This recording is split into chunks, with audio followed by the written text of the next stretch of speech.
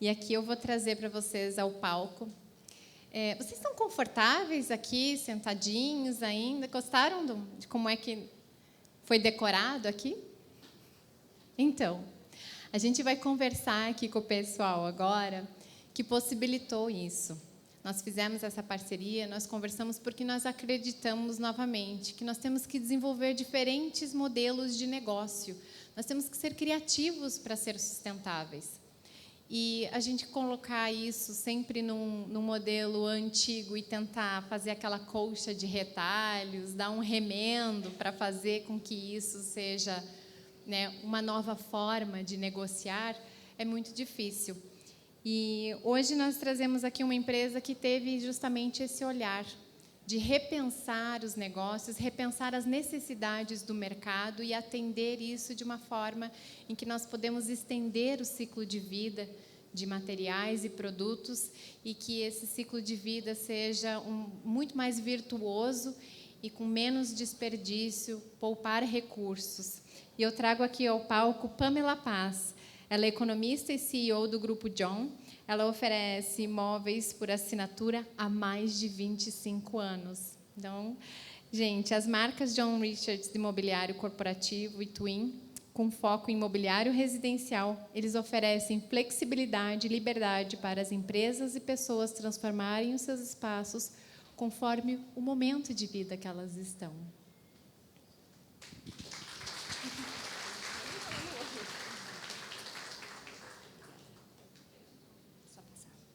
Boa tarde.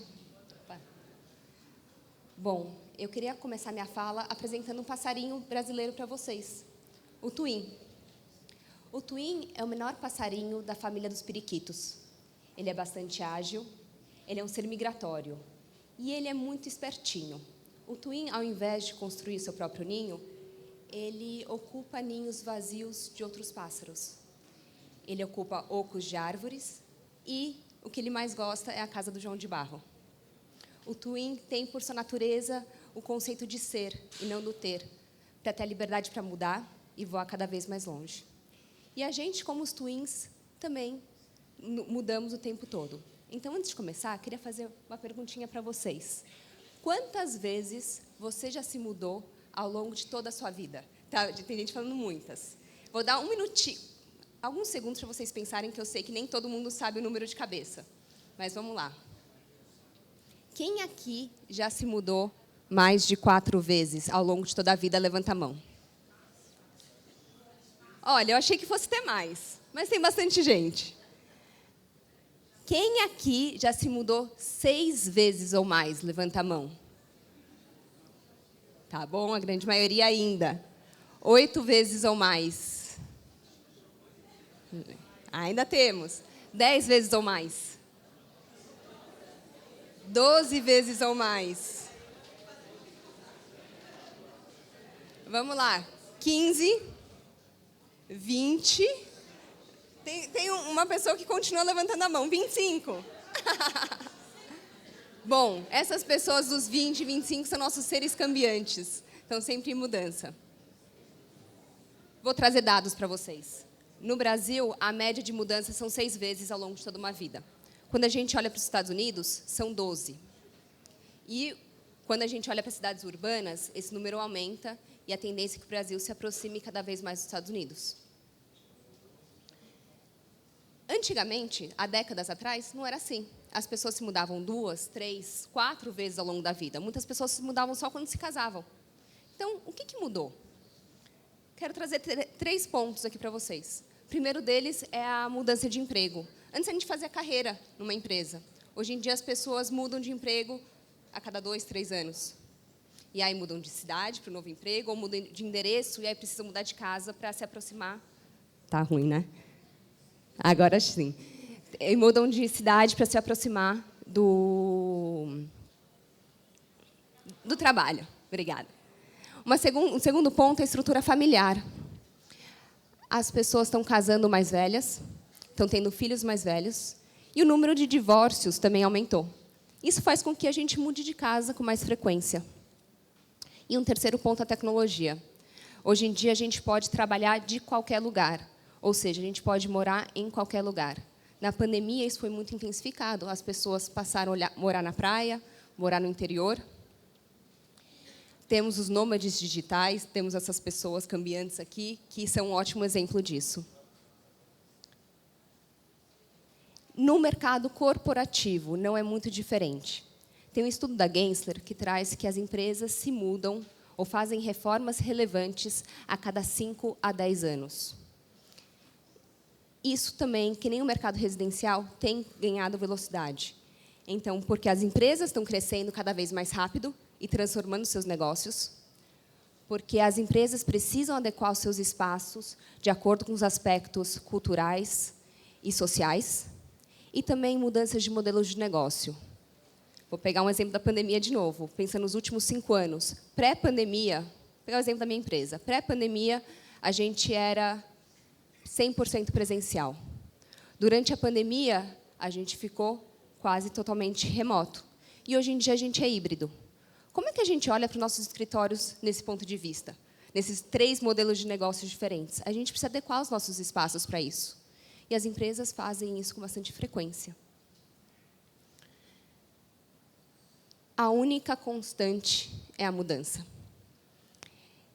Eu quis trazer essa frase porque eu gosto muito dela. Aí eu falei, bom, deixa eu ver quem é o autor dessa frase. Aí eu descobri que é um filósofo que escreveu essa frase há 500 anos antes de Cristo. Mas ela é válida até os dias de hoje, e acho que até muito mais. Eu acho que muda de lá para cá é a velocidade com que essas mudanças acontecem.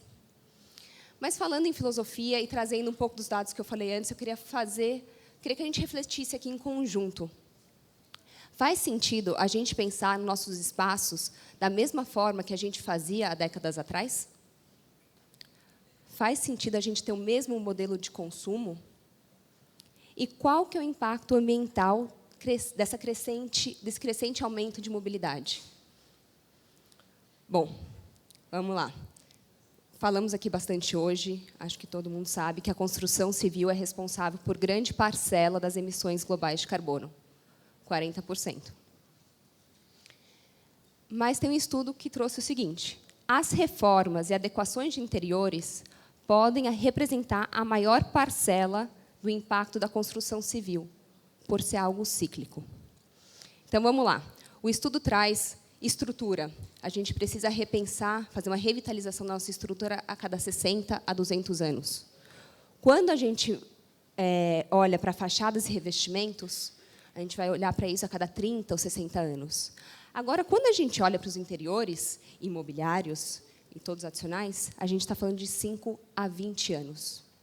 Teve um escritório de arquitetura americano, a LMN, ela fez um estudo de caso. Então, o que ela fez? Ela pegou um empreendimento, um prédio corporativo, e olhou qual que era a pegada de carbono desse prédio corporativo, no que a gente fala de estrutura, fachadas e revestimentos. Esse prédio tem 40 anos, e nessas 4 décadas, ele foi reformado com reformas relevantes 5 vezes. Então, eles estudaram qual que é a pegada de carbono dessas 5 reformas, e fizeram a comparação.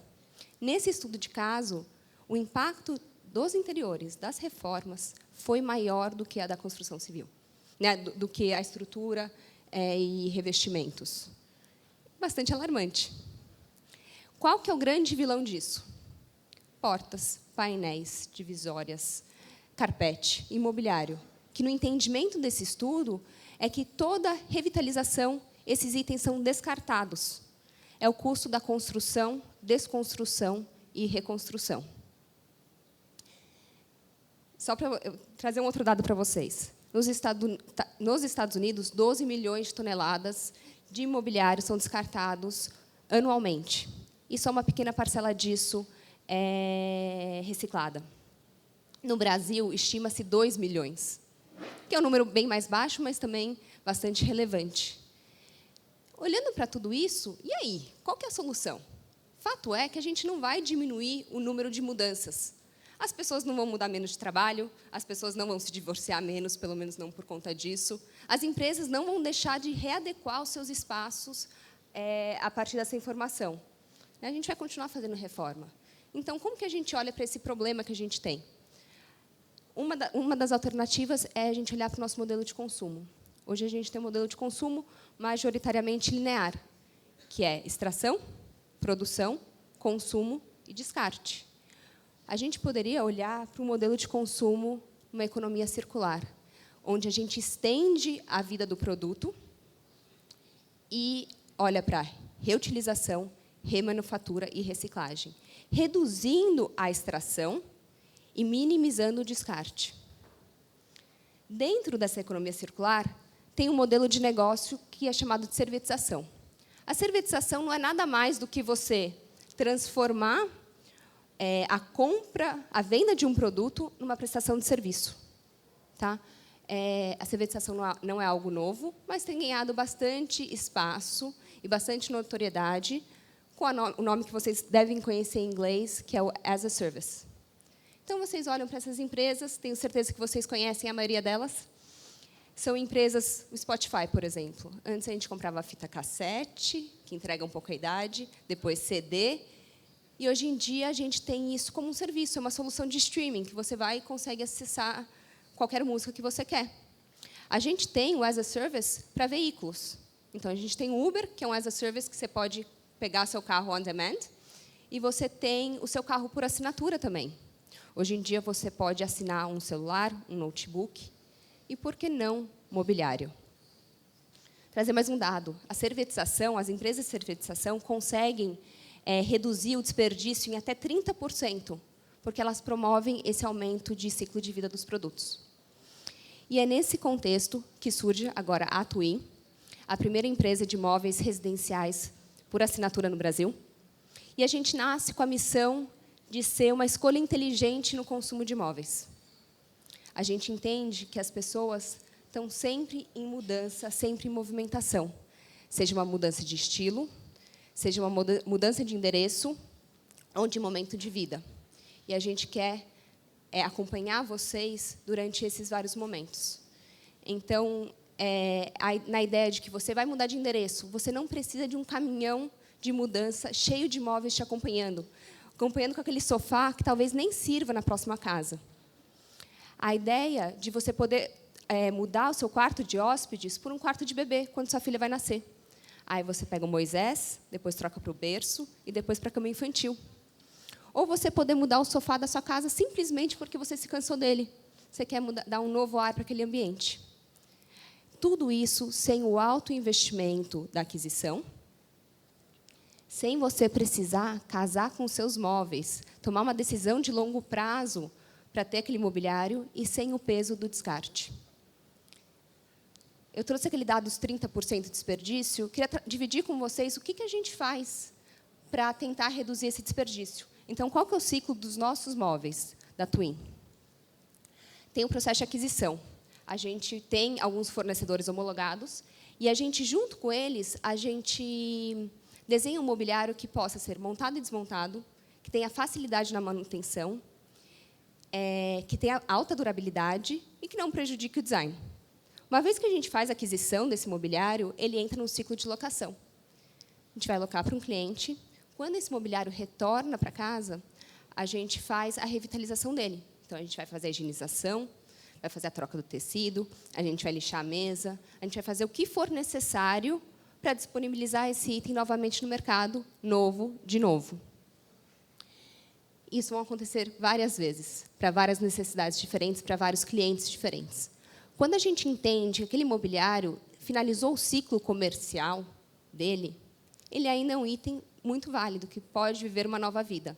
Então, a gente faz uma nova revitalização desse item e inicia um novo ciclo, ou através de uma venda social, ou através do nosso projeto Sofá, que nada mais é do que a doação desse item. Queria trazer um ponto aqui para vocês. Doação de sofá. Aliás, você se desfazer de um sofá, alguns devem ter passado por isso, normalmente é uma dor de cabeça. E quando a gente fala com instituições, o que eles falam? A gente recebe, sim, sofás, mas sujo, rasgado, e, muitas vezes, sofás são descartados. Aí a gente volta naqueles 2 milhões de toneladas de móveis descartados anualmente. Então, como que a gente olha para esse final de ciclo? Precisa ser iniciado com móveis em boas condições. Então, no projeto Sofá, a gente mapeia instituições, e aí a gente destina o mobiliário correto para cada instituição, sempre como se ele estivesse novo, totalmente adequado para uso. Alguns números aqui, a gente já tem mais de 17 projetos entregues, 690 móveis e mais de 1.300 pessoas impactadas. A gente tem um site que a gente vai atualizando a cada novo projeto, até para dividir com o mercado. E eu não me apresentei ainda. Então, meu nome é Pamela Paz, eu sou CEO do Grupo John.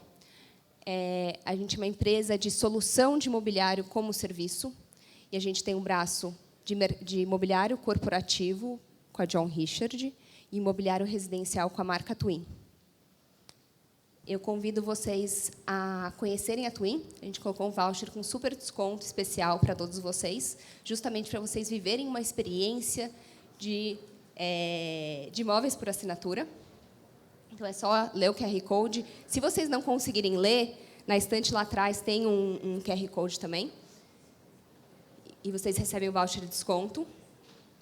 Voar livre é se manter pela vida de um jeito mais inteligente.